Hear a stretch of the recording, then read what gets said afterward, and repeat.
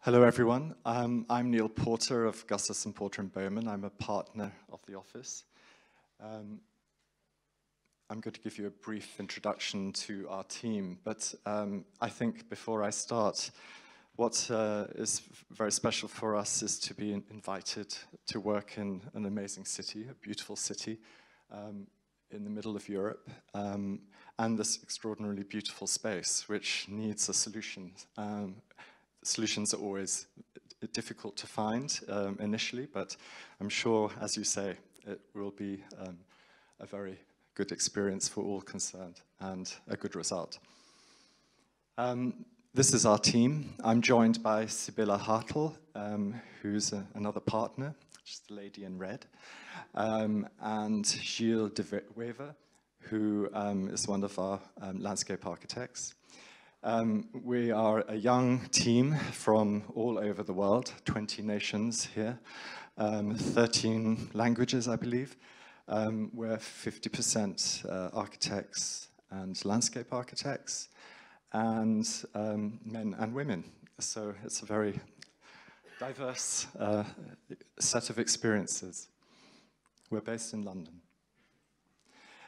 We're joined by Stepanka, and her team in Prague, Smedova Landscape Architects, and they will be our local knowledge, experience, people we rely upon a lot when we want to think about this project.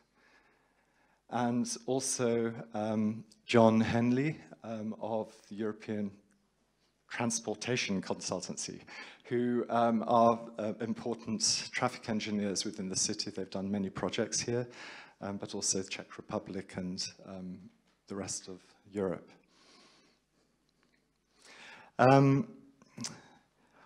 All our projects are very diverse. We work in very many different contexts, and they all are complex. As Agence suggested, no project is simple. However simple it may look as a result, there has been a lot of discussion, a lot of thinking and thought and effort of all those concerned, not just within our team, but our clients and managers. These are a few of our projects. We've been involved, and are still involved, in fact, in the development of the culture park Westergasfabriek in Amsterdam. There's a view of the stream garden on the left-hand side. A roof garden in the City of London for the workforce of a large office complex. And then in Hong Kong, the last picture, a new city plaza with water features surrounded by extraordinarily tall towers over the top of extraordinarily deep basements. And we find ourselves in very complex urban contexts, working with engineering teams, architects, finding ways to cooperate and coordinate complex projects. On a more light note, we've also developed iconic memories to other events and people in our cities. We've designed, which was very technically complex, a memorial to Diana, Princess of Wales, in the heart of Hyde Park, a listed monument. We were the first landscape architects to be invited to the Venice Biennale in 2008, and we created a project called Towards Paradise. And we've just been selected with David Adjaye Architects and Ron Arad to design the National Holocaust Memorial next to the Houses of Parliament in the City of London. I've sort of pulled out 3 projects from our work that, in a way, are a comment on some of the issues that we see in the brief that we were given on Charles Square. This project is Old Market Square in Nottingham. It was a very unloved space when we came upon it quite a few years ago now. It had been a cattle market, a medieval market square, which over time had been redeveloped, changed, and had become a very classic processional space that led up to the town hall. It was a listed monument, but a very unsuccessful experience for those who lived in the city. It was full of steps, walls, and in fact, we did a snail trail. You can see these maps to the right-hand side, where we followed people with the help of space syntax at each of the entry points to the square and tried to understand where they moved and what parts of the space they used. The top image is very telling. 78% of people entering the square didn't enter the center because it was too complicated to walk through, and its space didn't allow it to be used for events, activities, the needs of the city.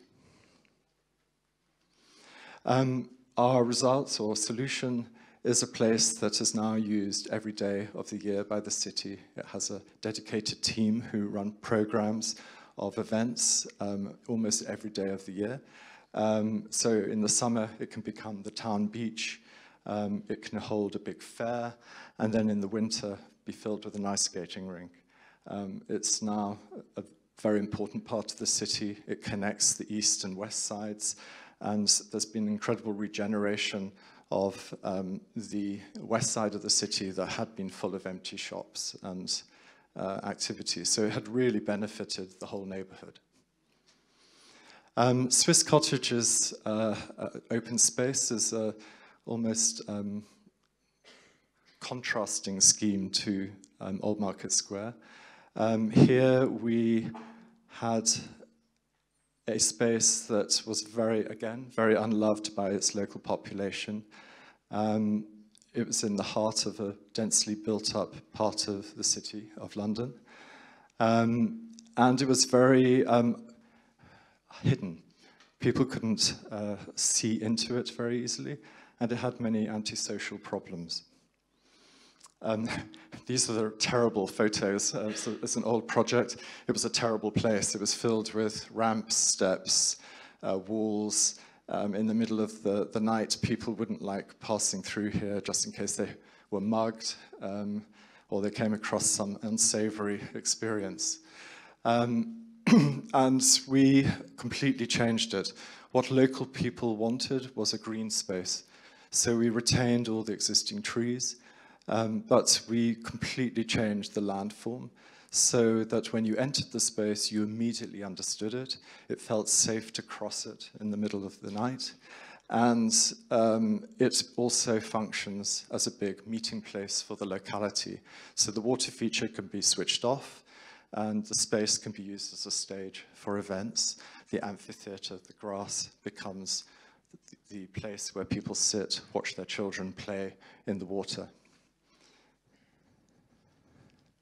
Finally, a third project which we are still involved with. We're in the very early stages of the process. We're working with the city of Rotterdam on one of their most important historic parks, Museum Park. It's surrounded by all their cultural institutions. And the problem, again, of this site is it is not very well visited, although it sits in the middle of the city. It is surrounded by one of the biggest hospitals in the city, but as well as, of course, the important museums. And the city's decided that we needed to look at a strategy for how to increase the size of the park. And this meant taking out or changing the traffic systems that surround it. The first stage is the top horizontal band, which is Museum Street and Yonkin Street. It's surrounded by very beautiful buildings.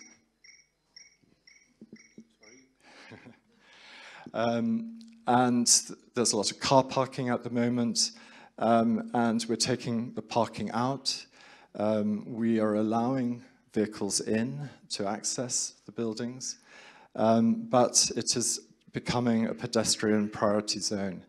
And that's where the park will feel like it's stretching into the surrounding city. And it will then become much more visited as people move in and out of the museums and feel like they're in a park. We are also looking at the central and southern areas to see how we can again address linkages with the hospital, the Westerzingle Canal system, to again pull people into the heart of the park and at the bottom around the Kunsthalle. So this is in development. We, as I said, are working on the first stage in detail. It's under construction. And the results will be a very different experience for pedestrians who will now see the roads as entrances to a landscape rather than to simply just the museums or the route to the hospital. So thank you very much.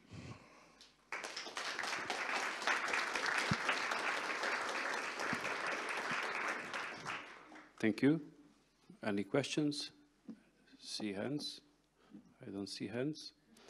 I have one question actually. In the Nottingham project, you said there was actually a team responsible for program of events. Can you explain it a little bit more? How is it organized? By whom? Nottingham was actually a wonderful experience. The team who we worked with during the whole design process were also the team that would eventually run the project, maintain it, and manage the programming of the park. So they had a real vested interest in making sure we came up with the right result. And so we had very useful discussions about, how this space was to perform and be used in many different ways. And this has now seen fruit. It's made a big difference to the space.